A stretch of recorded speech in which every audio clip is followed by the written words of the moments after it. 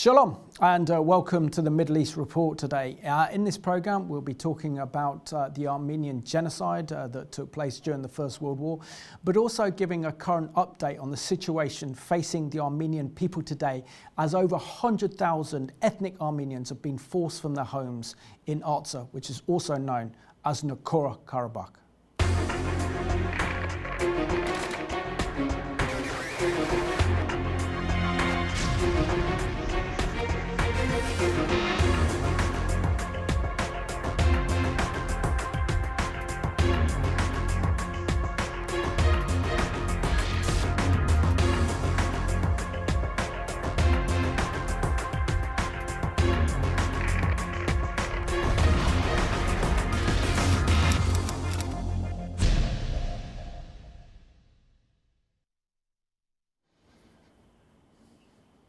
Warm welcome to the programme, and today's special guest is all the way from the West Country. His name is Ara Kirkorian, and he is a precious member of the Armenian community, as well as being involved in healing and reconciliation. Ara, it's an absolute pleasure to have you on the Middle East Report to discuss the plight of your people and to share your story. But you sent me what I can only be described as a kind of fascinating and tragic family history. Do you want to share something about your grandparents, Ara and Mary, who have a very tragic story to tell, like so many Armenians? Thank you, Simon, for having me on your program.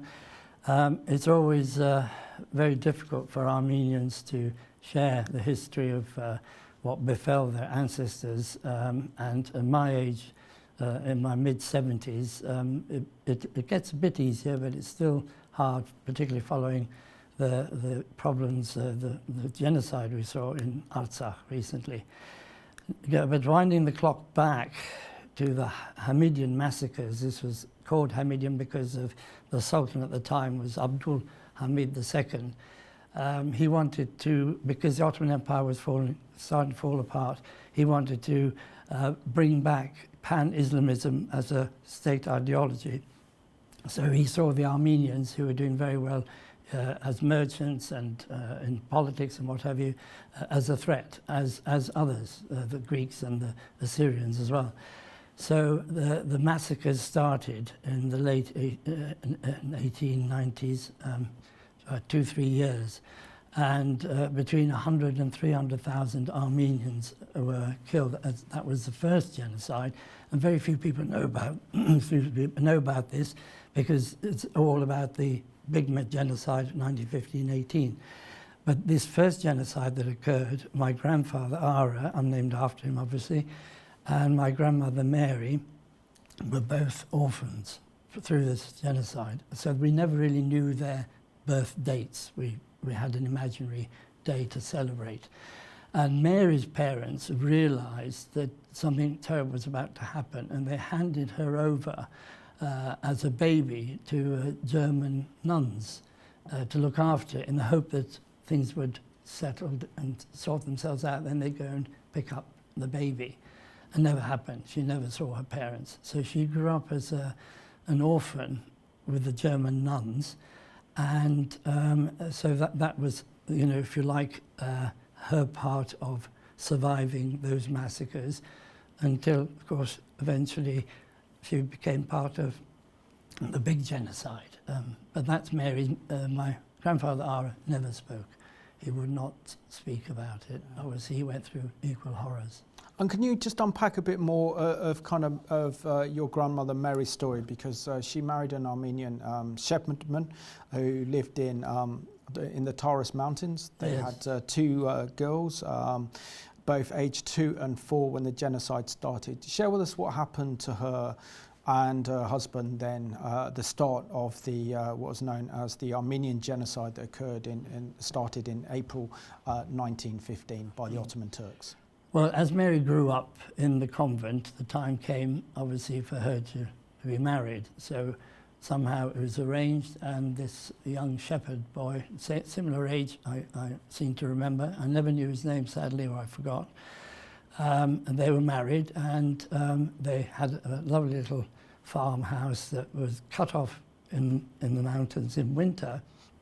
So she recalled how they used to dry all the meat and the cheese and so on to survive the winter. And then when the genocide started, and it was the heat of the summer, imagine August, and they were marched off to into Syria through the desert, horrendous conditions. And the husband was taken to fight in the Ottoman army against the Russians. I'm really cutting it short, but basically that's what happened. But they weren't given any arms because they were a threat. They could have turned onto the Turks. So they were without arms. He managed to escape, and somehow he found them. And he was shot dead in front of Mary's eyes. So that was the loss of the husband, the father.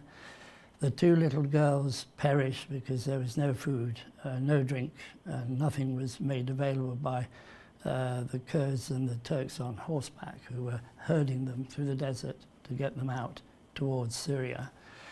And the only way, which is a horrible thing to share really, but she realized that the only possession she had of any value that she might be able to pawn in the future was a wedding ring. And as a boy growing up, listening to all these stories, including the screams of young girls being raped, stuck in my mind. But the ring was something she just said to me. I used to swallow it, and then I'd recover it, clean it, and swallow it again. And it's something like that for a boy of 5, 6, 7, 8 being told. It's not something that you forget. And then eventually she,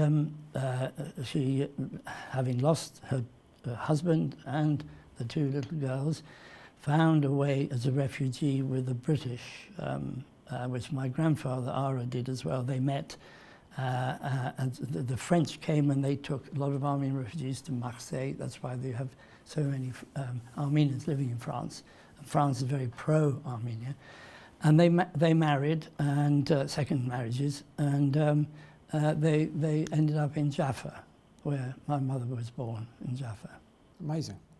And I mean, if you want to know more about this story, can I recommend the Hollywood film called The Promise, starring Christian Bale, that puts all of this in its historical context. A very powerful, moving film that tells the story of the Armenian Genocide on the big screen. And Ara, share with us what it was like being born in Jaffa at the time. I think you were born in, sorry, giving your age away to our viewers now, born in 1947 in Jaffa, which is now currently just outside of Tel Aviv in Israel then, but in 1947 this was under British control, under the British Mandate. Share with us about your Armenian family life, of that of your parents living and working in Jaffa and Jerusalem as well. Well, on my mother's side, as I said, they ended up in Jaffa and started a new family for both Mary and Ara, and two girls were born, my mother and aunt. And my mother, Sirapi, when she reached the age of 17, again like her mother going way back, it was time for an arranged marriage. And my father, paternal side, ancestors had been pilgrims to the Holy Land in Jerusalem 600 to 800 years ago, a long time. And they had a tide house in the Armenian quarter, but when enough money was raised at the end of the 19th century, three brothers decided to build outside on the old Bethlehem Road. So they were just fields then. So they built homes, two homes to start with, and so my father by then was a young, old teenager, and he was introduced to my mother. They got married in Bethlehem, which was rather nice, and my mother decided to, the time of birth had to be back in mother's house, so I was actually born in Jaffa, not Jerusalem, but it's too complicated to tell people that, so I always say I was born in Jaffa. No, it's good. And share with us what happened to your family during the outbreak of what is known as Israel's War of Independence, where we saw that Jerusalem was then divided between Jewish West Jerusalem, and then the Jordanians took control of East Jerusalem, including the sites of the old city. Yeah. What happened, sadly for us, was that the house that family had built, brick by stone by stone, that lovely Bethlehem stone or Jerusalem stone, was on the wrong side of the line, as it were. And overnight, in 1948, when independence was declared, we became tenants, and we handed over the keys of the house to the Jewish authorities. So my father realized that this was would lead to more hardship, as we know has unfolded over the decades. So he applied with Barclays Bank. He was working at Barclays Bank at the time. He applied for a job in Cyprus, close by. And so we moved to Cyprus. I was only 9 months old at that time. So I then grew up in Cyprus. So I didn't really know anything about that side until 1996, when with my family I went back to visit the Holy Land. Amazing. And Ara, share with us what it was like when you firstly attended school in this country in 1960. I mean, was it a big culture shock coming from Cyprus? I mean, Cyprus is a beautiful country with that mixture of kind of Greek influence, British influence, even kind of Middle East influence. Obviously, the country is divided between the south and the north is Turkish controlled. But what was that like? Well, growing up in Cyprus, to me, was paradise. We had such a wonderful childhood until my brother and I left for school. He was 13, I was 11. And we played with everyone. We had no idea, okay, it might have been a Turkish name or a Greek name. I went to English primary school there, so I learned English from that young age.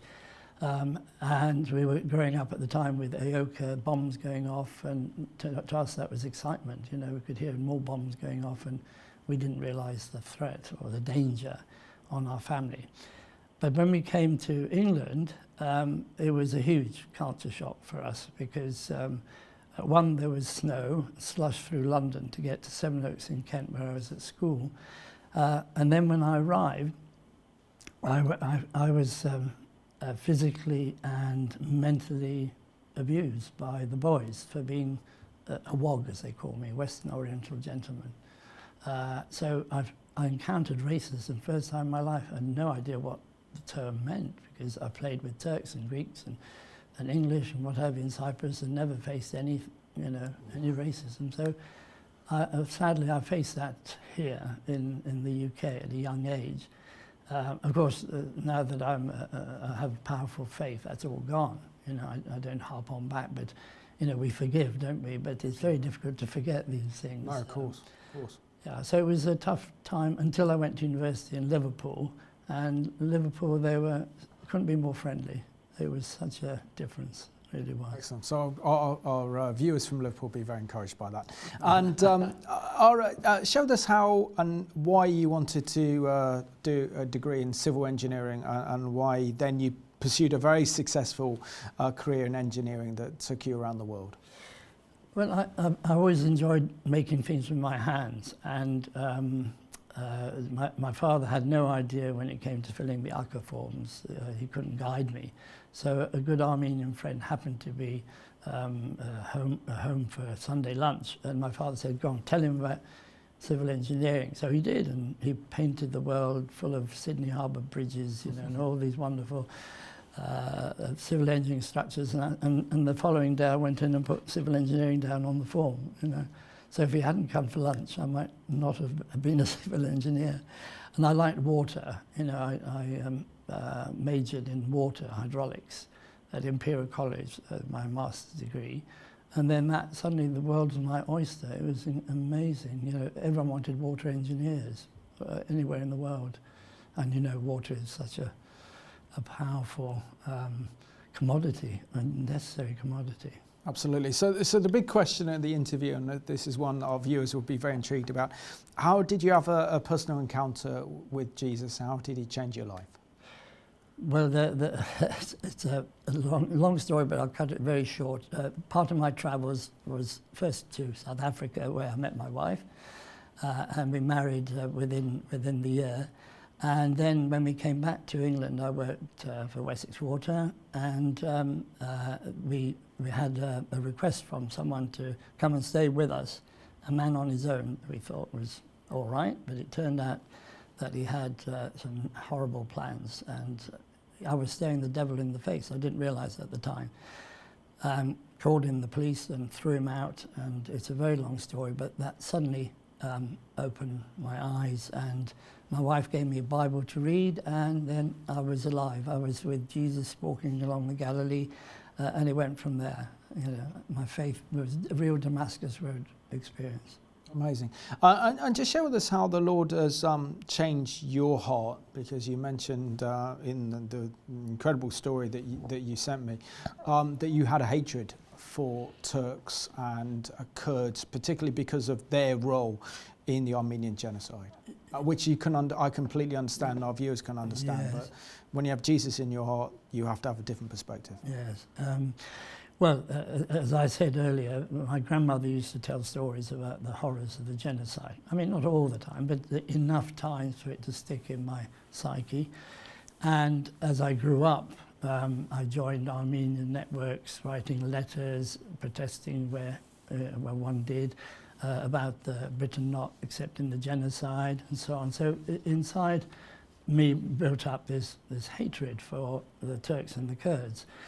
And it was a God moment, rendezvous, if you like, that my wife went to Lee Abbey in North Devon and met this wonderful Kurdish Turkish couple with a baby. And they saw her name and asked if she was Armenian, and she said obviously it was husband's Armenian. And it went from there. I met them soon after, and the Kurd guy immediately asked for forgiveness. And for me to hear that, I mean, I was a believer. I thought I'd thrown all that away, but it just hit me so powerfully that, when forgiveness is asked for and accepted, which was my side of it, all the chains broke. And, we hugged each other and wept, and it went on from there. We became great, we still are great friends. The daughter's now at university, and, we stayed in their home in Izmir, they stayed in our home here. So it's been a total release. The chains are broken. Amazing.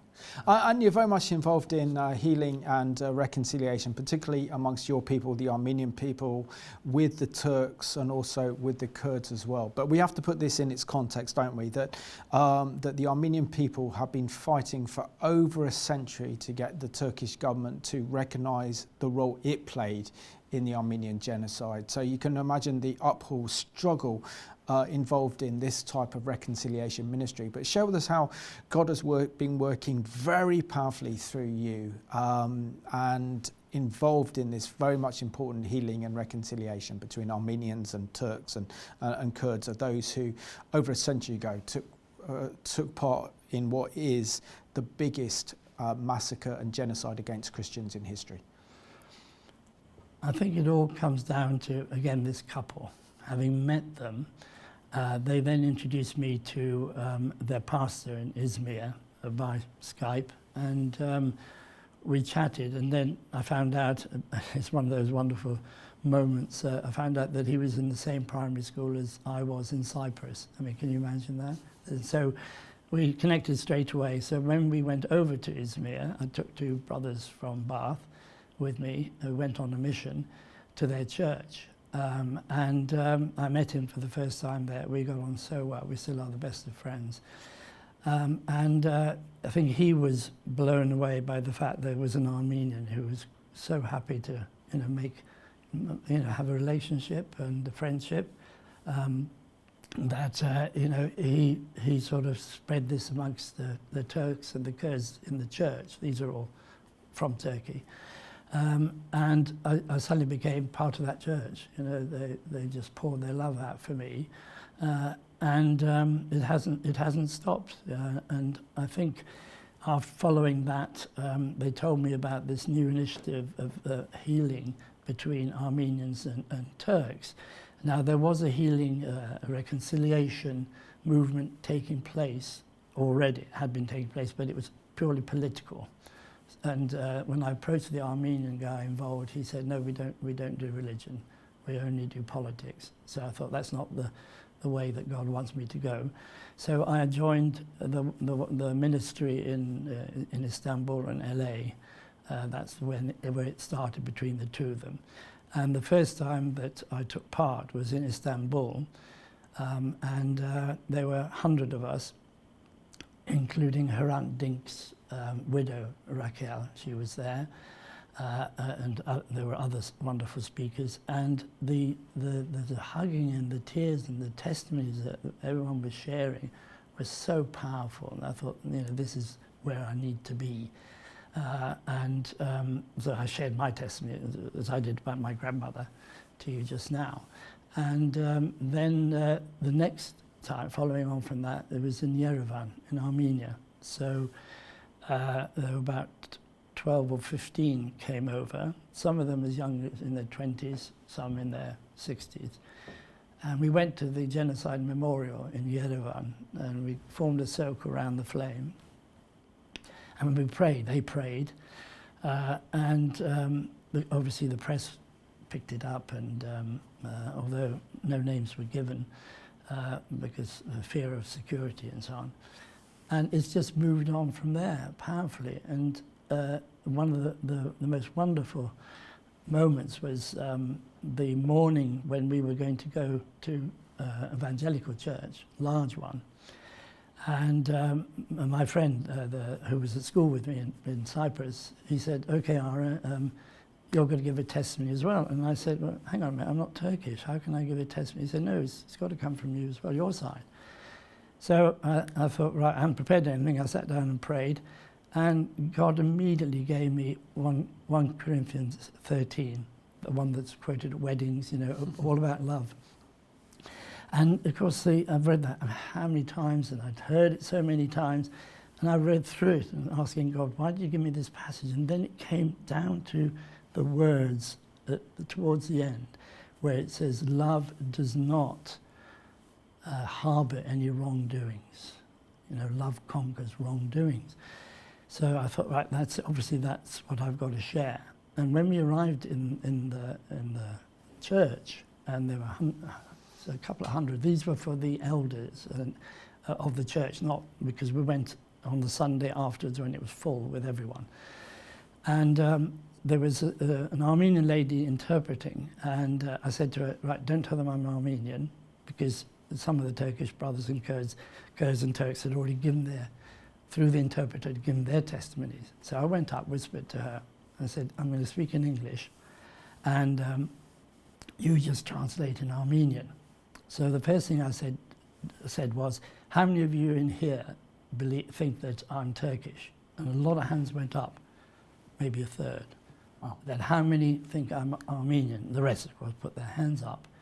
And then I spoke in Armenian. There's a chair, big chair, and whatever.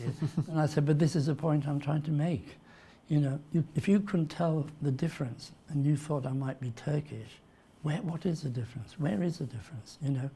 And this passage that we read, following that, we read the passage, and I said, that is it. That's what God is saying through Paul, Apostle Paul. Love does not keep wrongdoings. You've got to forget about it. And then at the end, all the Turks and Kurds that were on the stage, as it were, got on their knees and they begged for forgiveness. Can you imagine the power of that?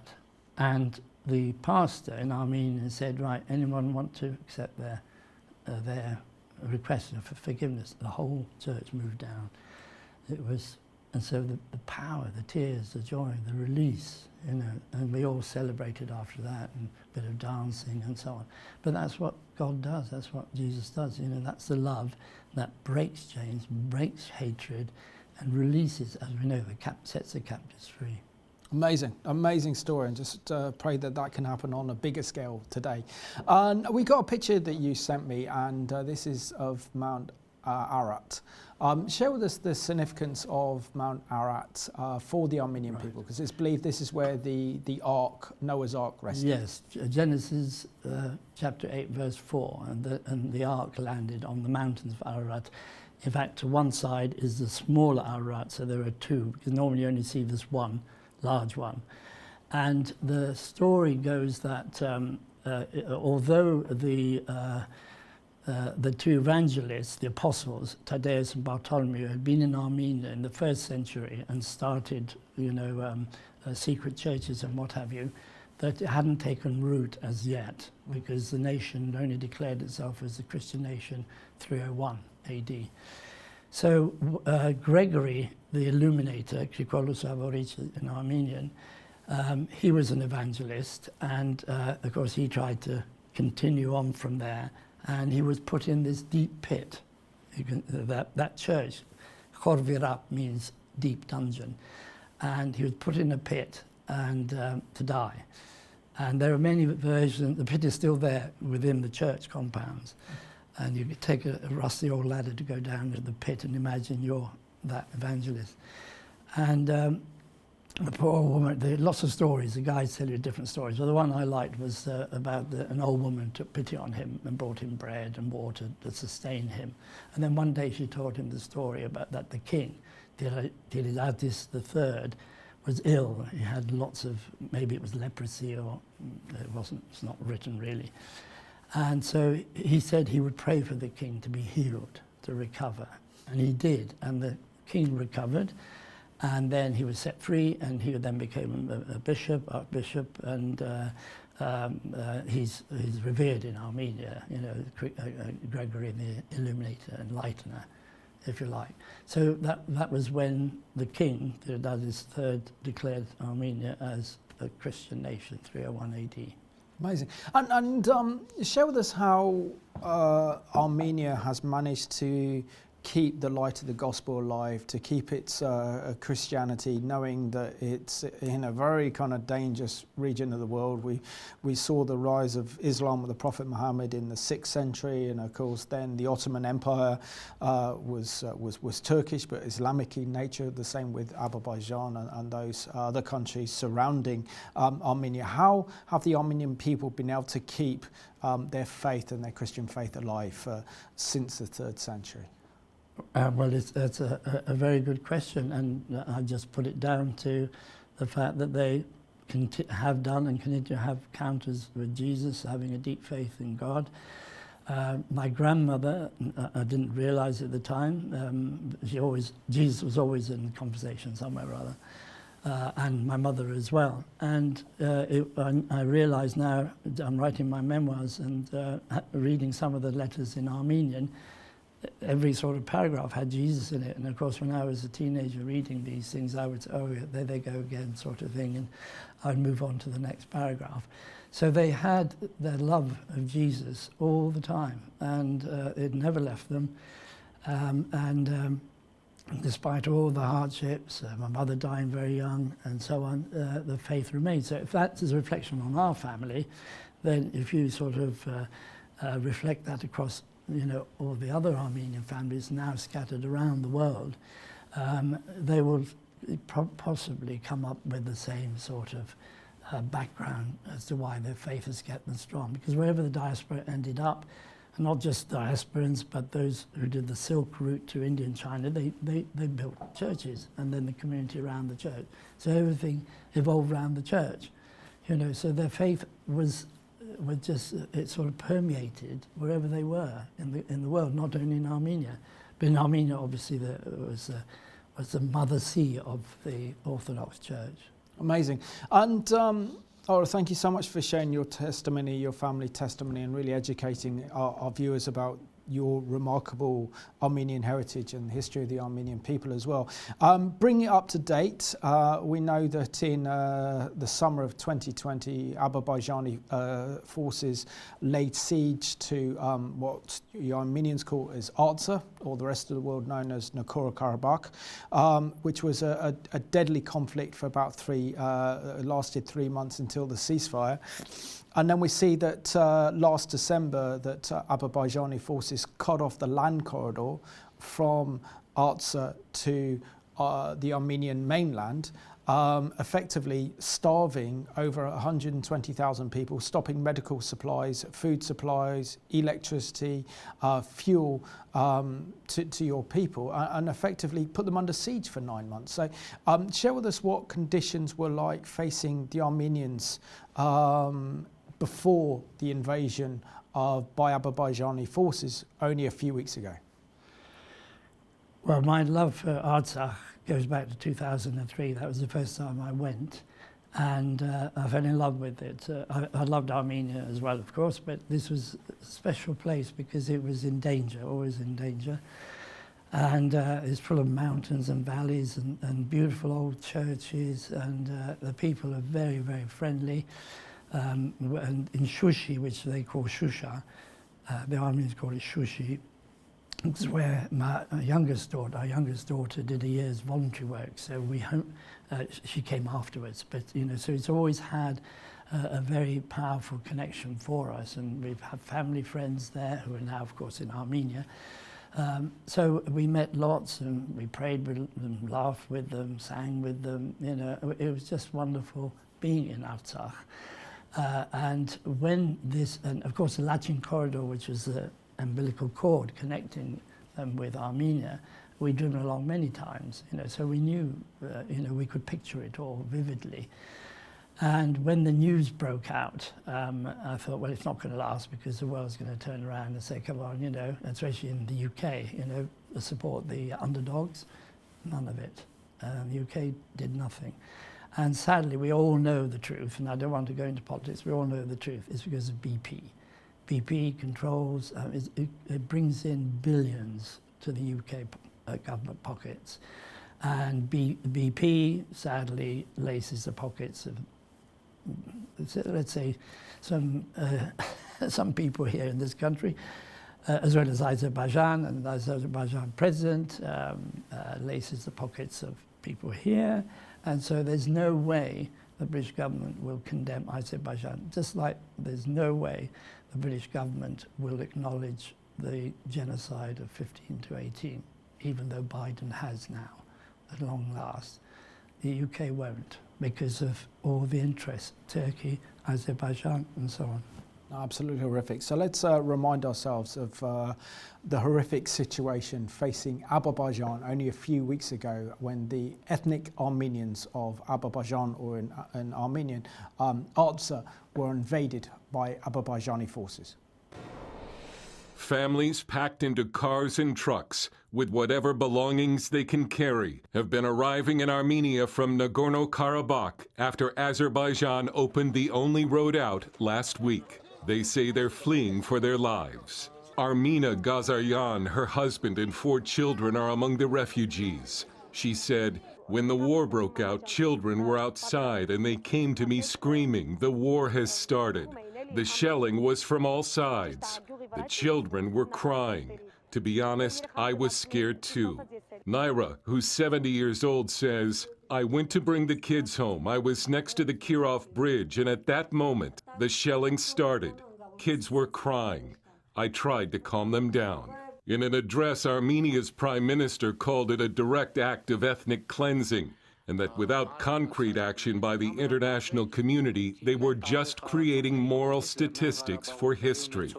The exodus of Armenians from Nagorno-Karabakh continues as a result of Azerbaijan's ethnic cleansing policy.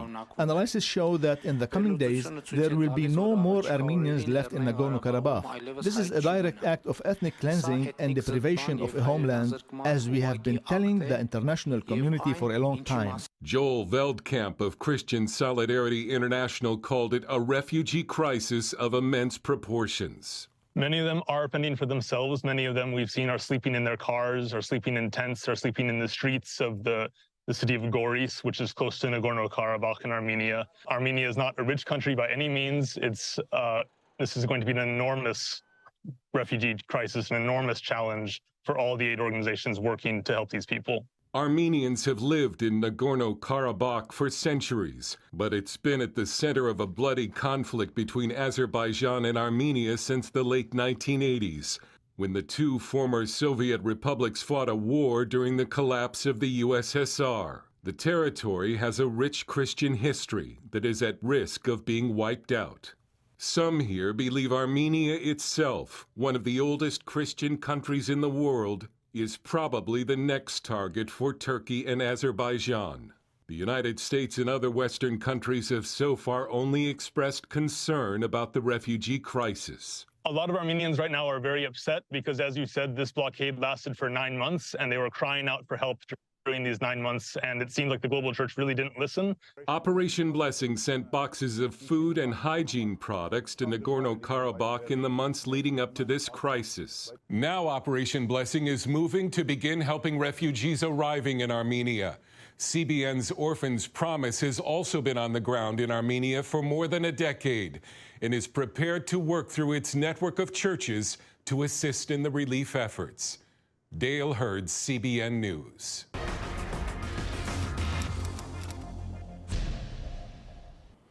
Such an important report there, put together by our friends at CBN who really do care about the situation facing the Armenian people today. Just share the magnitude, because what was so tragic about this whole situation in Artsakh over the past few weeks, isn't it, Ara, is silence on behalf of the of our mainstream media. Very few I think Channel 4 did a little bit, but they did a very nuanced news report on the current situation.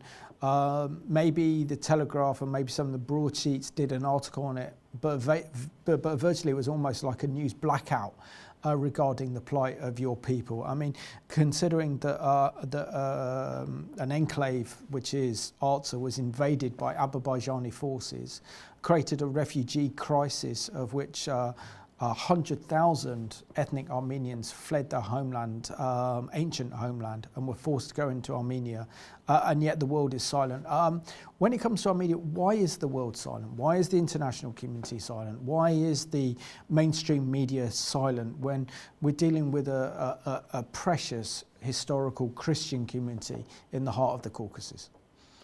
I think maybe the fact that it is a Christian enclave might be part of the truth. If it had been perhaps Hindus or Sikhs or Muslims, I mean, I've got nothing against them, but if it were to be a small enclave of another religion, I think the story would have been different.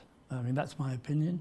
But the fact that it's a Christian nation, I think at the moment there's so many anti-Christian governments and bodies that I think that is part of it. I mean, the Armenians tried their very best through the diaspora, connections with the Senate in the States, and trying to raise voices. Nancy Pelosi was very pro-Armenian, but she's not there anymore. She's not in the Senate. And in France they tried. And Macron is very pro-Armenia and is currently talking about providing Armenia with arms because they're anticipating another war. But I think that is it. It was because it was a Christian community that it didn't carry the weight that if had it been other religions might have done. And the Pope, sadly, remained fairly silent. Might have thrown a prayer here and there, but he wasn't vociferous about what Azerbaijan was doing. I mean, no one was actually saying what is happening is ethnic cleansing, but they did when it was too late. When the cleansing had taken place and 100,000 plus had left, then the word became branded again, ethnic cleansing. So what happens to the remaining 20,000 ethnic Armenians now who are at the mercy of the Azerbaijan government and forces? That's a very difficult question to answer. We have to pray for them.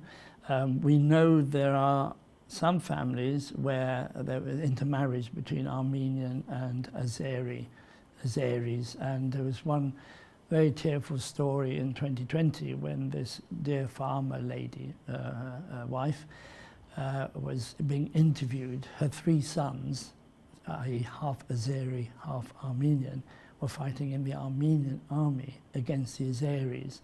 So she must have felt terrible. I mean, what did she feel? You know, where was her loyalty? I'm sure it was with the Armenians, because her son were fighting in the Armenian army. So there were intermarriages. So maybe they decided to stay and see what would happen. I mean, we met farmers, you know, in the sticks out in the countryside, you know, happy shepherds and what have you, in villages going about their own business, but that was when things were safe. I hate to think what's happened to them now. They've either managed to get out or been killed, or just sitting tight and, you know, expecting the worst. And we know that Armenia itself is not a particularly rich country. How are they going to absorb over 100,000 Armenian refugees into their country? Because it doesn't look like there's any going back now. Do you think that Artsakh or Nagorno Karabakh is lost to the Armenian people now?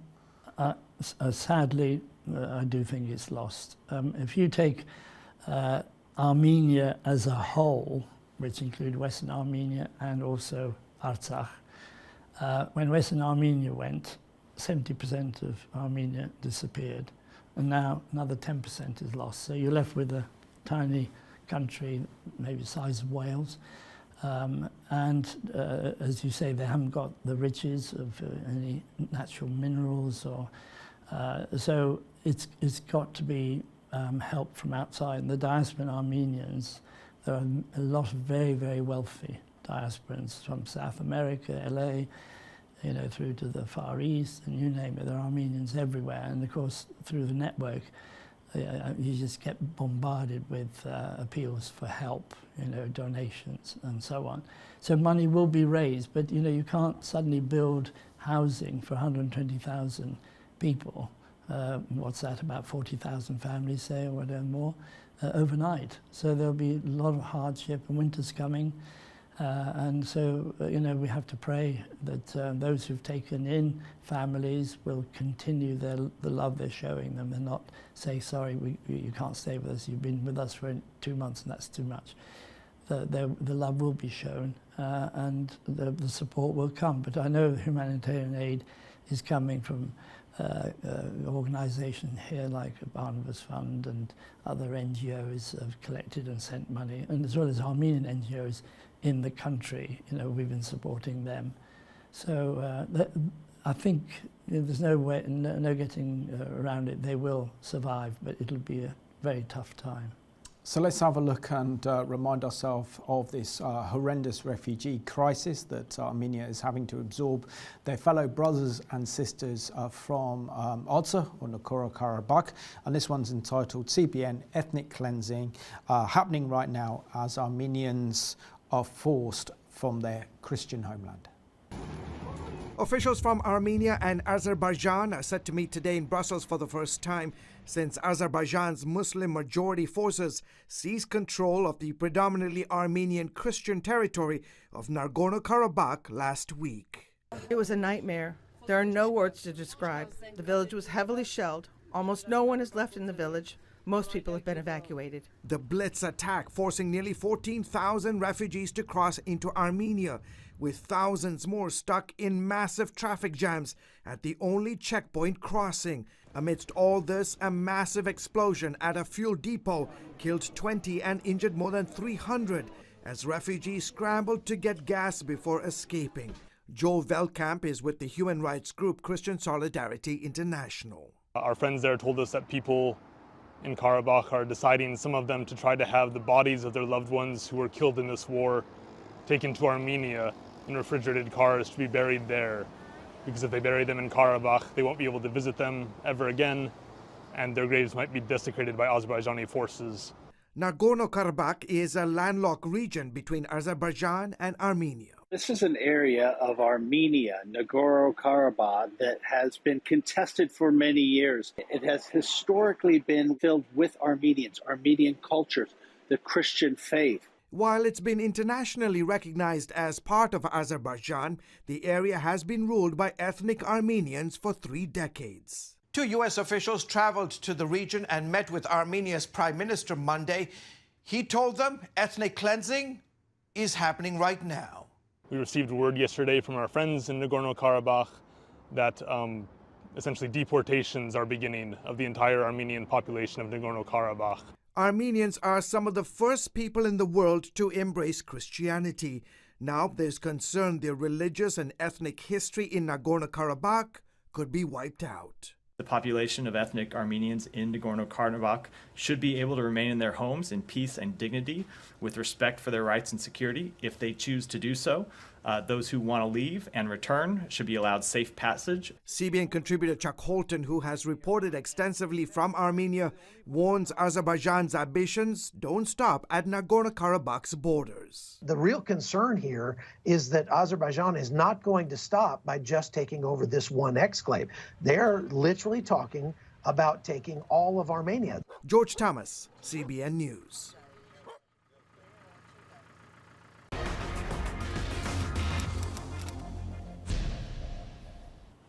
And we know there's an awful lot happening in the world. There's a lot happening in Israel. There's a lot happening also with Armenia. So please keep the Armenian people and Armenia in your prayers at this crucial time in their nation's history. And we have to discuss really, don't we, Ara, that the day after the invasion by Azerbaijan of Artsakh, we saw that Turkish President Erdogan met Aliyev, the president of Azerbaijan, on the territory which is Artsakh, and they said that they want to create a corridor that will connect both countries and create a land corridor through Armenia, which would be meaning that they would invade Armenian sovereign territory in order to do so. Just share with us how frightening this is for Armenia, that they face possibly the prospect of another war, because once you have nations like Azerbaijan, who is Islamic by nature, feel that they have got a major victory like they have with taking control of Artsakh, they're not happy to stop there. They want to go further. And share with us how you believe that Armenia itself is now in danger. Yes, I definitely believe that is the next step. He's emboldened now, having done his nasty on Artsakh. Erdogan congratulated him, of course, straight away. And the geography is a little bit complicated with those who don't know the area. Armenia borders Iran, and through that border, Mehri, you get the two-way traffic of goods being delivered and holiday makers and so on. What that, if you like, that chunk that cuts off Azerbaijan proper with this enclave of Nakhichevan, which again used to be in historic Armenian lands, although now, of course, they've wiped out all the evidence of Armenians having lived there, is preventing them. The only way is for the Azeris to fly to Turkey and then from Turkey to Azerbaijan or via Iran. So they want to access Nakhichevan with traffic. And then Nakhichevan, of course, has a natural border with Turkey. So the two Turkic nations then can be combined, road, rail, and so on. And of course, initially when with the Russians, they hit on the peace deal for the Lachin corridor. They said, okay, we'll give you the Lachin corridor, you give us Zangezur. And then, of course, that became a hot potato because no Armenians can accept Azeris taking part of their land. They've taken enough as it is. And Iran has stepped in and said, you know, not in our backyard, there's no way you're going to change Armenian integrity, because you can imagine a road through Armenia running along the border of Iran, and Iran then having to go through Azerbaijani checkpoints and then Armenian checkpoints. But the Iranians have to be very careful because there are 2 to 5 million Azeris living in Iran. The last thing they want is civil war within their own country. And can you explain the failure of the Armenian government really to just put all their eggs in the basket in terms of Russia, that Russian forces would come to their protection, Russian peacekeepers would protect the Armenians in Artsakh and Karabakh, and of course we know that Russia has already been preoccupied with its invasion in the Ukraine. So was it because essentially an over-reliance on Russia's military strength has caused this current situation? I think historically, yes, they've looked to Russia as the saviour because, without Russia, Armenia might have been wiped out in the First World War. The Armenians like to think that they stopped the Turks in their tracks. But the Russians certainly had a role to play and did play a role, but albeit at a great cost under Stalin. And the Russians now feel they've been snubbed by Pashinyan because he's now looking to the West, and he doesn't like that. Putin doesn't like that. So there is a sort of a relaxation, if you like, of the closeness the Russians feel for the Armenians. Having said that, Lavrov, the foreign minister himself, is half Armenian, which is quite ironic, really, when you think about it. But having said that, this might be a good thing for Armenia to actually finally break with Russia, not with the Russian people, but with the Russian leaders, if you like, because France is now wanted to step in and is going to supply arms to Armenia, which of course has infuriated Putin even more. That France is getting involved, and that hasn't gone down well with Azerbaijan or Turkey either. So I think what is going to happen, we're praying against it, but what's going to happen is a build-up yet again of the Armenian forces, perhaps backed with French troops, we don't know, on the ground. And the other thing is the Americans are involved. I'm not sure if you know that the American embassy in Yerevan, the capital of Armenia, is, I think, the second largest in the world. It's huge, and not much is made of that. I mean, it's not reported. I didn't know that. It's huge. We've driven round it, not been inside.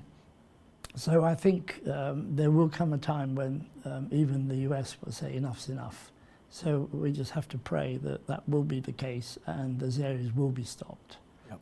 And what can our viewers doing watching this program today, Ara, do to help your people in Armenia? How can they pray, and also how can they help provide the humanitarian aid for this horrendous refugee crisis that Azerbaijani forces have actually caused? And again, it's another genocide because you're wiping your ancient people from their homeland, driving them from their homes. 20,000 ethnic Armenians. We don't know what's going to happen to them under Armenian military control. We also know there are reports of acts of genocide as well when the Azerbaijani forces took over Artsakh. So share with us what essentially our viewers can do. We know that prayer is our powerful weapon, but we also need to show kind of love, support and humanitarian aid.